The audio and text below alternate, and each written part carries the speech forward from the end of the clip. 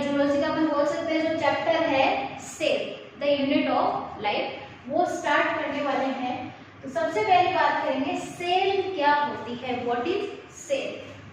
Cell क्या है? Cell is the structural and functional unit of an organism.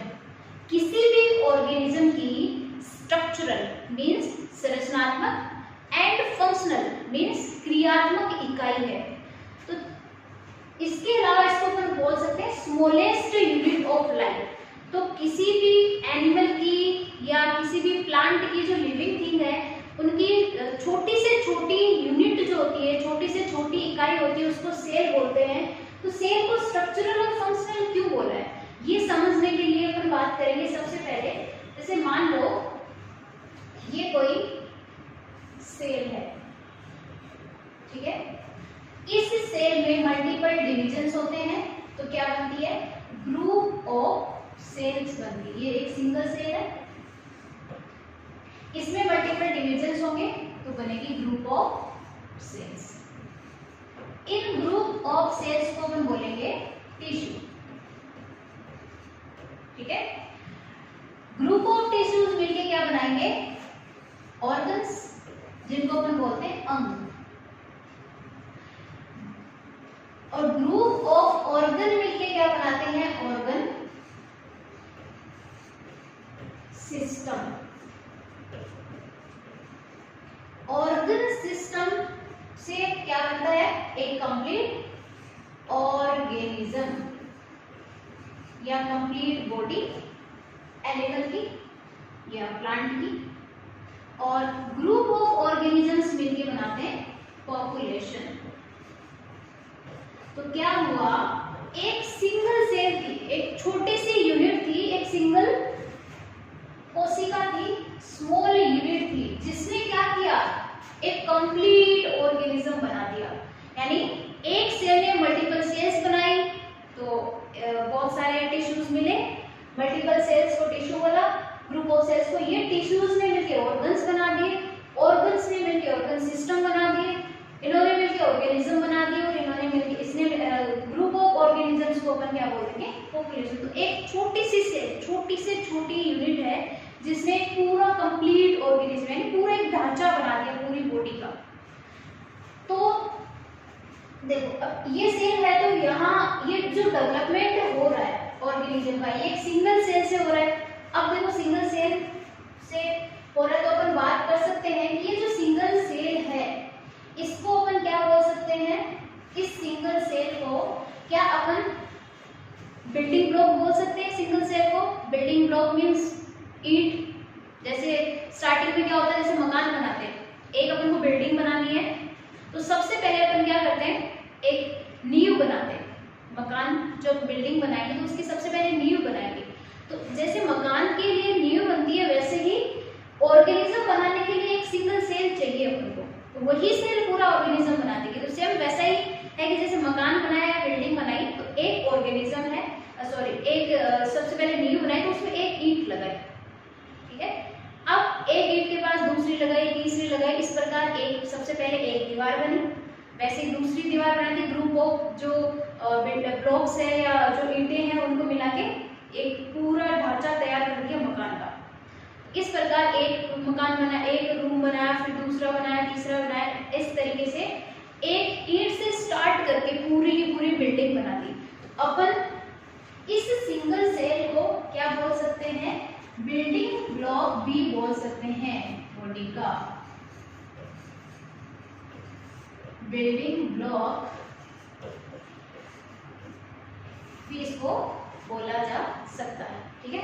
अब देखो सबसे पहले अपन ने ये समझ लिया सेल को स्ट्रक्चरल और फंक्शनल बोला है, क्योंकि स्ट्रक्चरल इसलिए बोला है क्योंकि एक सिंगल सेल क्या कर रही है? एक पूरे ऑर्गेनिज्म की स्ट्रक्चर बना रही है, और अलग अलग ऑर्गन्स की स्ट्रक्चर बना रही है। ऑर्गन्स में जैसे लीवर हो गया, पेनक्रियास हो गई,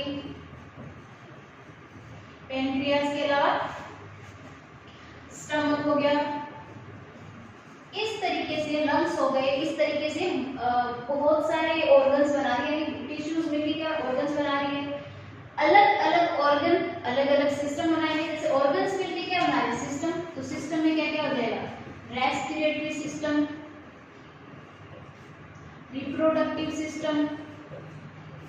नर्वस सिस्टम, डाइजेस्टिव सिस्टम,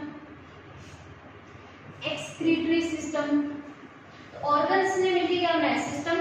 तो यहाँ पे एक सेल ने क्या बनाई? एक स्ट्रक्चरल, एक पूरा का पूरा ढांचा बना दिया, ऑर्गेनिज्म का पूरी पूरी बॉडी बना दी, स्ट्रक्चर बना दिया। फंक्शनल मीन्स ये फंक्शन कर रही है अलग अलग। जैसे मान लो बात करें अगर अपन रेस्पिरेटरी सिस्टम की, तो रेस्पिरेटरी सिस्टम में क्या है? नॉस्ट्रिल्स है, नॉस्ट्रिल्स ओपन हो रहे हैं नॉस्ट्रिल चैम्बर्स में या नासा चैम्बर्स में। नासा चैम्बर्स ओपन हो रहे हैं इसमें, लेरिंग्स में, फेरिंग्स में, लेरिंग्स में, फिर ट्रेकिया में, है ना, एल्वेलाई, लंग्स, इस लंग्स में हो रहे हैं, फिर एल्वेलाई में हो रहे हैं। इस तरीके से एक स्ट्रक्चर बनती जा रही है। जैसे अपन बात करें डाइजेस्टिव सिस्टम की, तो डाइजेस्टिव सिस्टम एक ऑर्गन सिस्टम है पूरा, जिसमें अलग अलग ऑर्गन्स ने मिलकर एक सिस्टम बनाया है। तो स्ट्रक्चर एक बना दी, सेल्स ने मिलकर एक स्ट्रक्चर बना दी, और उनके फंक्शन, जैसे डाइजेस्टिव सिस्टम है उसका एक अपना फंक्शन है, एक्सक्रीटरी का अपना है, तो इसको इसलिए स्ट्रक्चरल फंक्शनल बोलते हैं। जैसे डाइजेस्टिव है तो सबसे पहले खाना खाएंगे, माउथ में जाएगा, माउथ से कहाँ जाएगा? बकल कैविटी में, बकल कैविटी से फेरिंग्स में, फेरिंग्स से इसोफेगस में, इसोफेगस से स्टमक में, स्टमक से स्मॉल इंटेस्टाइन में, फिर लार्ज इंटेस्टाइन में, फिर रेक्टम में, फिर आउटसाइड। इस तरीके से जो अनडाइजेस्टेड है वो आउटसाइड हो गया। इस तरीके से पूरी स्ट्रक्चर तैयार हो गई। तो सिंगल सेल ने क्या किया? पूरा का पूरा ऑर्गेनिज्म बना दिया। इसलिए मैंने सेल को क्या बोल दिया? Structural and functional unit. अब अपन बात करने वाले हैं सेल की स्टडी को क्या बोलेंगे? Cytology, study of cell. क्या बोलेंगे? साइटोलॉजी। साइटो मीन्स होता है सेल और लॉजी मीन्स होता है टू स्टडी। तो अपन बोल सकते हैं the branch of science in which study of cell. ठीक है, इसको बोल दिया cyto. Cyto means cell, logy means study. अब देखेंगे डिस्कवरी। डिस्कवरी में सबसे पहले बात करेंगे रॉबर्ट हुक की।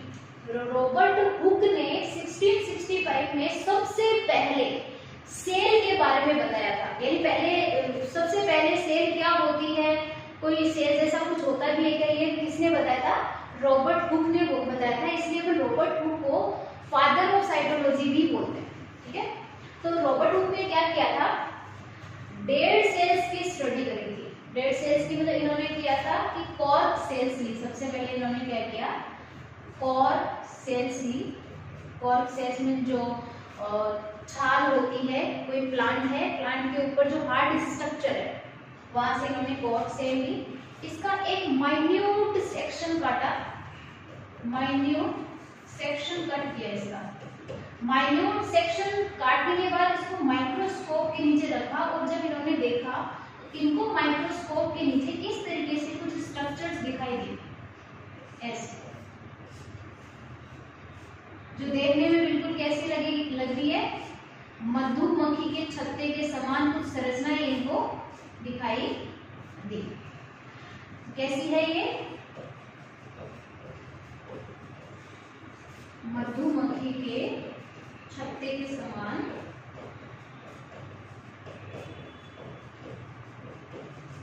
इनको कुछ संरचनाएं दिखी, मधुमक्खी के छत्ते के समान। अब इनको ये बाहर यहाँ पे कुछ ऐसी स्ट्रक्चर दिखी, ऐसी खाली जगह दिखी, जिसको क्या बोला इन्होंने? होलो कैविटी। इसको बोला होलो कैविटी। और ये जो होलो कैविटी है, ये ग्रीक वर्ड से बना है, या इसका एक ग्रीक वर्ड है सेला। इसी सेला से किसकी उत्पत्ति हुई? सेल शब्द की। तो अगर अपन से कोई क्वेश्चन पूछे कि सबसे पहले सेल शब्द किसने किया था, तब भी अपन को रॉबर्ट हुक बताना है। सेल की खोज किसने करी थी, स्टडी किसने करी थी, तब भी रॉबर्ट हुक बताना है 1665 में। लेकिन ये ध्यान रखना है, रॉबर्ट हुक ने डेड सेल की स्टडी करी थी, किसके अंदर? कॉर्क सेल्स के अंदर। ठीक है, उसके बाद में नेक्स्ट अपन बात करेंगे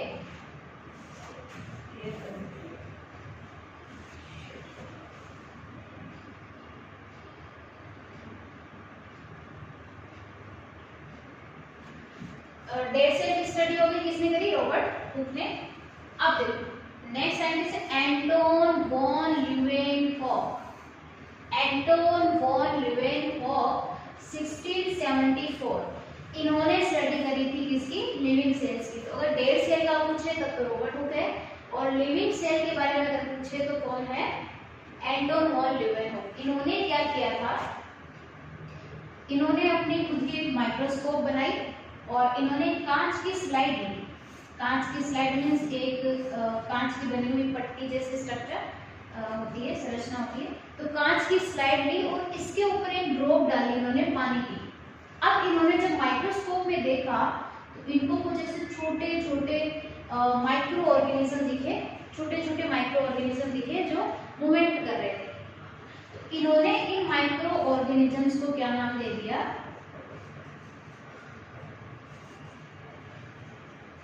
एनिमलक्यूल। क्या बोला इन्होंने, एनिमलक्यूल बोला। इन्होंने माइक्रो ऑर्गेनिजम्स को क्या नाम दिया, एनिमलक्यूल। इन्होंने स्टडी करी लिविंग सेल्स की। एंटोन वॉन ल्यूवेनहॉक ने लिविंग सेल्स की स्टडी करी, रॉबर्ट हुक ने डेड सेल की स्टडी करी।